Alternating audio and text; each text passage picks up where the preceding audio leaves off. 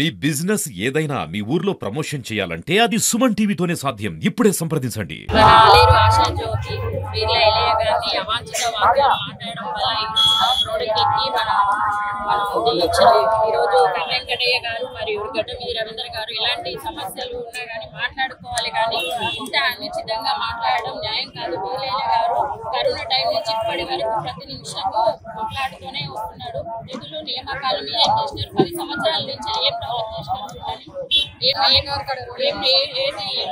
Develop కాగానే కింద అయ్యిందా, ఏ ప్రజలకు ఏం ఆదుకున్నారు, కళ్యాణ లక్ష్మి అవి ఇవన్నీ నిధులు అని అంటున్నారు. ఇప్పుడు ఏం చేసినారని ఇంతగానో మాట్లాడుతున్నారు మీరు. కానీ కర్ర వెంకటయ్య గారు మీరు అందరూ కలిసి ఇలాంటి మాటలు మాట్లాడడం సమన్వయం కాదు. మాట్లాడుతున్నాడు ఒక గౌరవ ఎమ్మెల్యేకి ఇచ్చే సంస్థ గౌరవాన్ని కూడా మొత్తం తీసేసినట్టుగా మాట్లాడుతున్నాడు.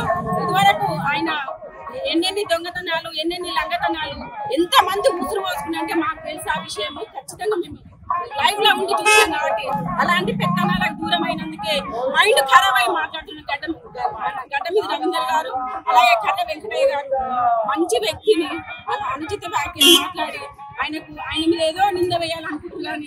అది మీ వల్ల కాదు. ఎందుకంటే పేదలు ఎంతో మందికి కూడా అన్న మాకు కష్టం వచ్చింది అంటే అన్నగారు ఏదో ఆయన వంతుగా ఏదో సాయం చేసే పంపిస్తాడు తప్ప ఊరికి పంపించాడు.